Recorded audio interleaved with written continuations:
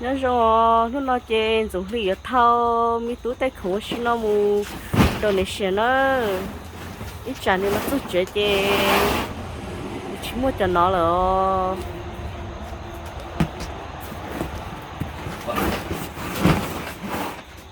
sai lúc tao sao giá trị lúc sao tao sao giá trị thế nó chê không chỉ tan thâu solo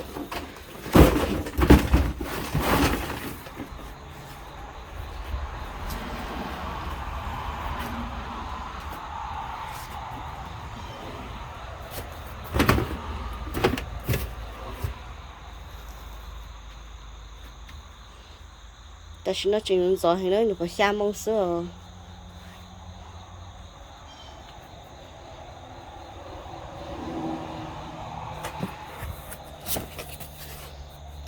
这米阿达老那么扔高了，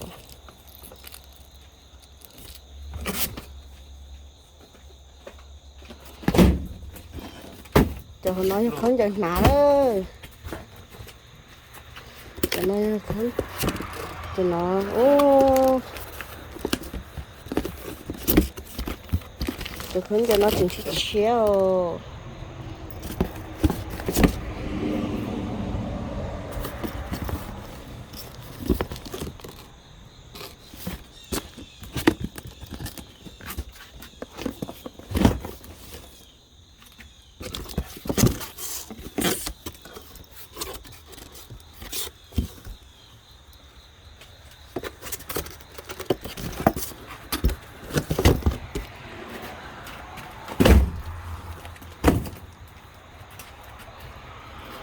Ô, nó đây tệ.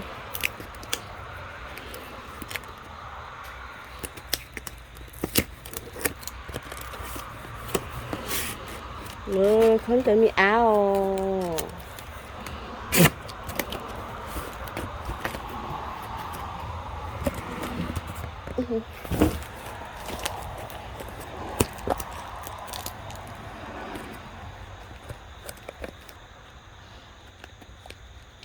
Rồi mi thử cho đúng rồi. Mi thử nó lò. Hướng về tệ khó bỏ những đây.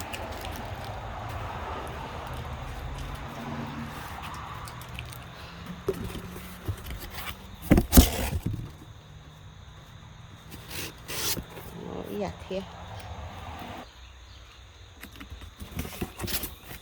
Thế là chơi lên tên mi khâu. Kita check cái cú rồi. Thôi nó trên rất to trâu rồi, tới nó là. Nhưng tới chạy trâu, mới tới chạy cũng chỉ to trâu.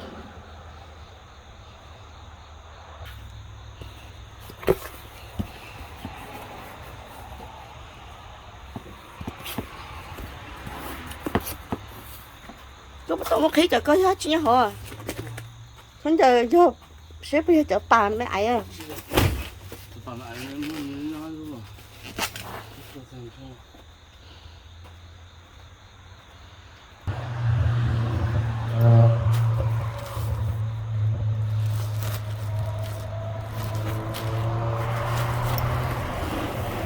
Ô, đã cưng gà tổ.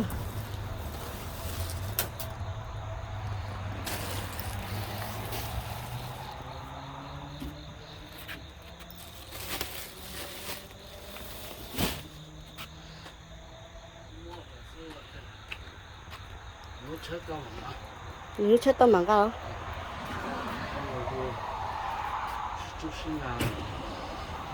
够不来哦。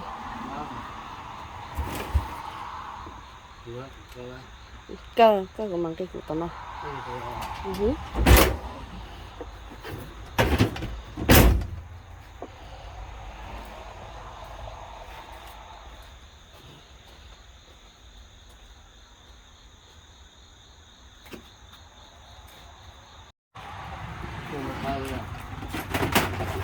Yeah.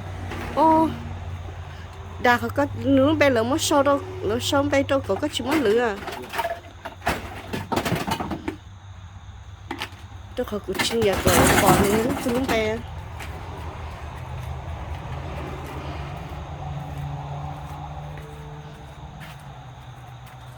lúc scooter có hết mà chỉ trí lúc nhớ bé này bây giờ đấy nướng gà đã lợn nướng gà bỏ cái nào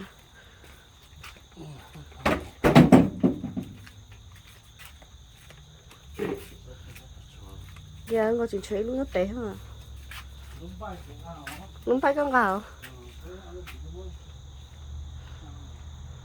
đại có chỉ một lúc phụ bỏ chơi lo lúc phụ cũng nhiều khơi gió cái chỉ một bỏ chơi sầu lo lúc phụ cũng nhiều khơi gió nữa ya lúc phụ cũng nhiều khơi gió nữa ya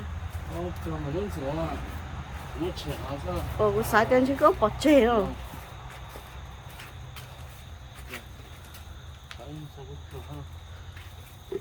sao này cho thứ thuốc bỏ nó trong xóa ô số bỏ nó học bỏ nó đâu mới luôn uy không mua uy sao muốn đợi sao bỏ chân được có xin nữa này gà cho xí ha gà cho gà phát nổi thuốc cho muốn ít lúc chơi là xong mọi lúc chơi lúc nó này nó ăn chứ nhá hầu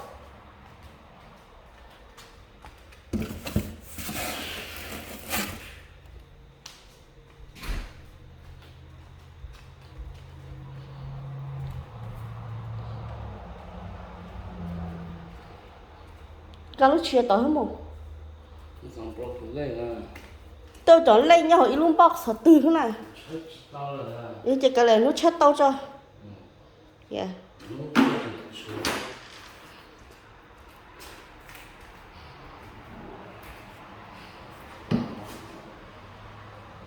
Tại cái này của trường bọn này có.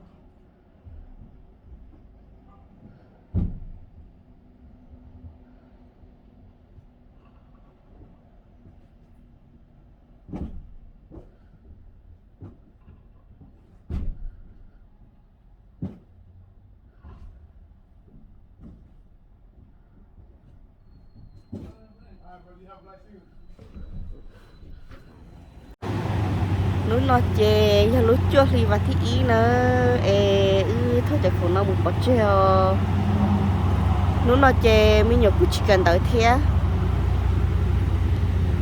nhớ chỉ cần tới thế chè tất cả nó mình nhớ sợ lo chè hay chè bé mua nó chè bé người ta chắc phụ nó một bó treo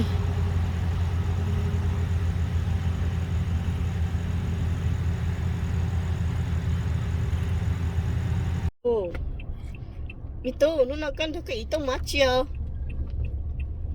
là thế của sao thằng kia bỏ chơi hay đúng à tao kia bỏ chơi lo có bỏ tao tao nó đấy sao đi cái tao chơi rồi rồi ôi giờ cái chơi tao chơi hai lúa cũ đi hai lúa mà hai lúa sao cái tao chơi rồi mà bé mà một khi nhân tao chơi rồi bé mà của tao chơi rồi cháu ở lo có kinh luôn đi cái giá nhỏ nè muốn giờ chưa cá à cho bò vô là hết lửa mà lấy ô lửa mua nó chúng mình cứ chơi thao ở chỗ bóng còn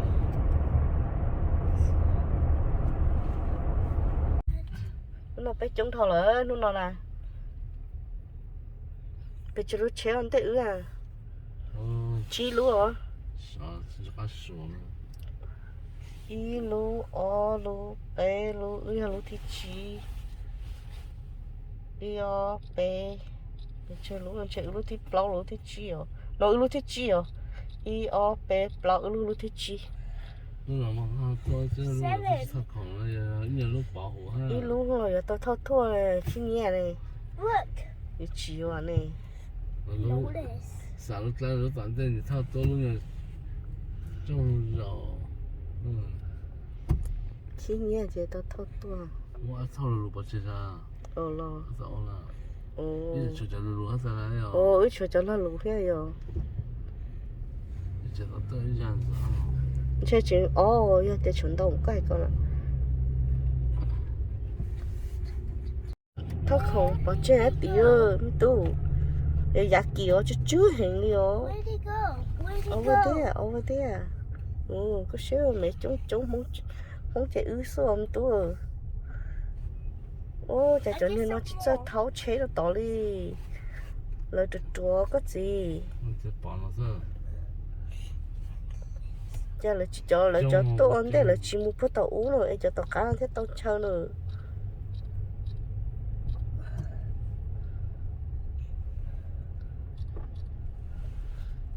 Nếu chạy luôn chạy nè, nó tàu nó chạy nè, gà một cái tàu không có gì chao nữa, cho nó chỉ tao cái tàu luôn.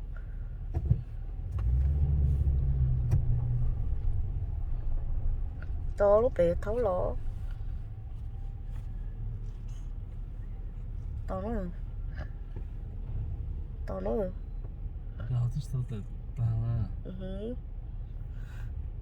Look at those fins. Ô, cái này là tao trộn trái tam bảo lên nó nè.这是套油了了吧？ Nó, nửa cái ông phật tao chén đậu thầu. Chén đậu thầu. 俺是什么啊？俺做套啊。所以这特价是吧？要加。 Rồi mấy nay giờ tao kể nó chỉ có một tao tư chứ.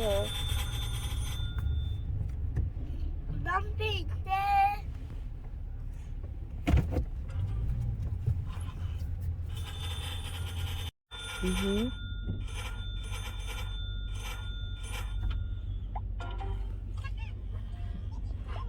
Chứ thể hiện chạy bên nhà hồ chế số bên nhà trên nó bên tôi dùng mò.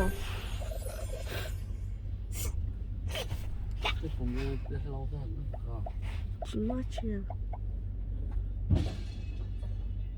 啊，都等我哈，等也等呀。 Tao thì ôi dùng liền không.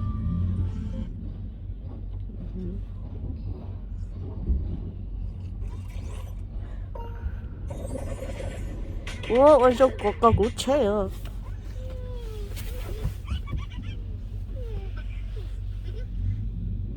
Hả? Thank you. Nó sẽ được kéo thế yêu. Oh my god. Tôi chỉ tao bỏ tin thì thôi tôi hiểu rồi đi nói rồi. Nó mà lại tao nhiên tao hiểu.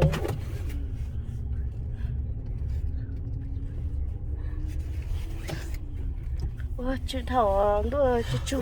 Tao cũng hay吃啊。 Anh nói what's that smell? Cái bò đó. Tôi chú đi cha tôi. 今天啊？ Chú đi cha. Chú á chú. Chú đi phụ đó. Chú tao tay rồi. 我不讲去山路了哟。tôi khó lấy một khăn trà. Tôi bao nhiêu? Tôi sẽ cần tới thế chỉ tao to hơn tao nói rồi. Con bàn bồi chè để nó chỉ có tao to hơn tao nó smell lên nó tia. 啊，都是那那些不在中国说了。 Daddy, 啊， you daddy just speak. daddy 吃肉干了哦。 Chứ chỉ bảo cho speed rồi, muốn cho rồi. What's this?